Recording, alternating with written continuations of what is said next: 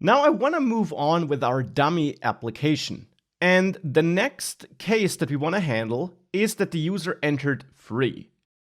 And then we want to calculate a sum manually. We want to keep on prompting the user for new numbers, and then we want to add up all those numbers that are being provided by the user. Because choice number 3 is that we want to sum up manually entered numbers. Now, for that, we got our calculate sum manually function, which we call if the user chooses free. But here, the for loop, as we learned it before, won't help us. Because now we don't have a target number that we want to reach by iterating, but instead we want to keep on iterating as long as the user enters numbers. That's a different scenario. Still, the for keyword and a for loop can help us. And that is a difference compared to other programming languages. In a lot of other languages, like for example JavaScript, you have while loops, which can be helpful for scenarios like that, where you want to keep on looping as long as a certain condition is met. But here in Go, we don't have a while loop. Instead, we simply have a different way of using the for loop, which is also supported. Because if you think about it, the regular for loop, which we used before, also keeps on looping as long as a certain condition is met. But in addition, we also have that helper variable, which changes with every iteration. It's all built into the for loop. Go also supports a variation of this for loop, where we don't have this helper variable, but where we instead just have a condition. And that's something which will help us here. Here we could add a new variable.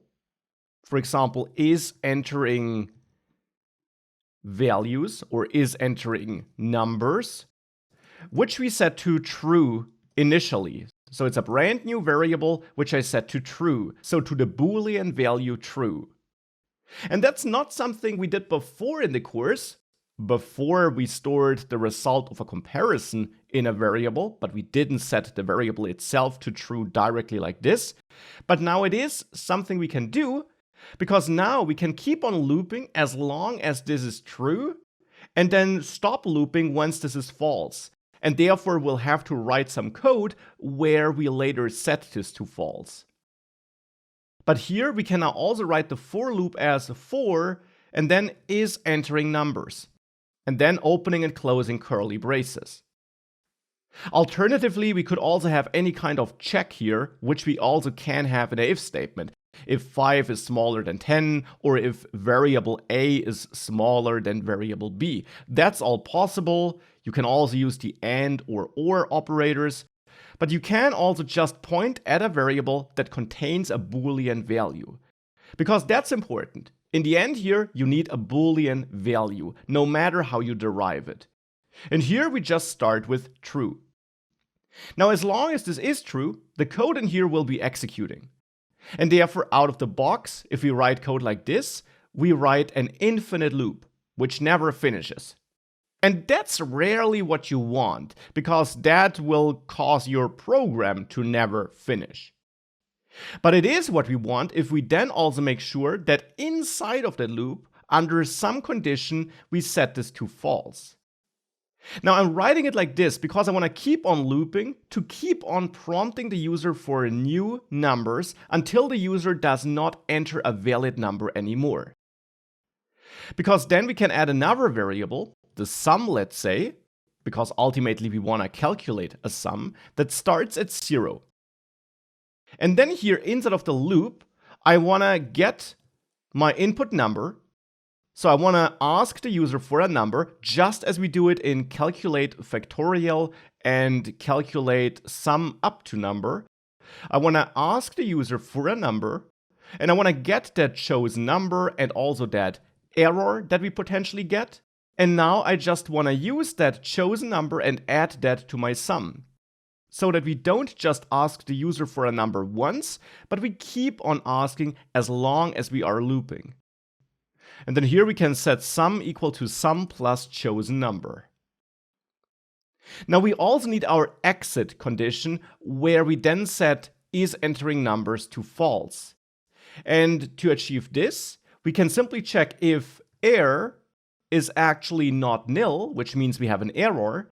And if we have an error, that means that the user did not enter a correct number, and that could be our exit criteria. So that here, we then actually set is entering numbers to false if error is not nil. So if we have an error. Then we'll set this to false, and then this condition here will no longer be met, and therefore we will not continue looping anymore. So we'll then make it out of this loop. Now, whenever you have a statement like this, where you check some condition to then set some other variable equal to a Boolean, you can also shorten this and just grab that condition here and set is entering numbers equal to that condition and get rid of the if statement. Then you avoid the extra if statement and you still get true or false as a result of this check, and we then store this here in is entering numbers. So as soon as we got an error, this will now store false as a value, and that will then exit out of our condition in the end. Now thereafter, we can therefore format and print our result colon v, maybe even add a line break thereafter with /n, and then just output the sum like that. Now we also might want to give the user a little bit more information at the beginning of this calculate sum manually function and print a new line where we say keep on entering numbers. The program will quit once you enter any other value. So that we also inform the user when this program will finish eventually. And with that, we are now still using the for loop, but in a slightly different version. And that's another way of using the for loop and another example for how the for loop can help us in specific scenarios. So now with that, if we run this program again and we use option number 3 now, we have to keep on entering numbers, and now I can enter 5, and it finishes immediately. Now why is that?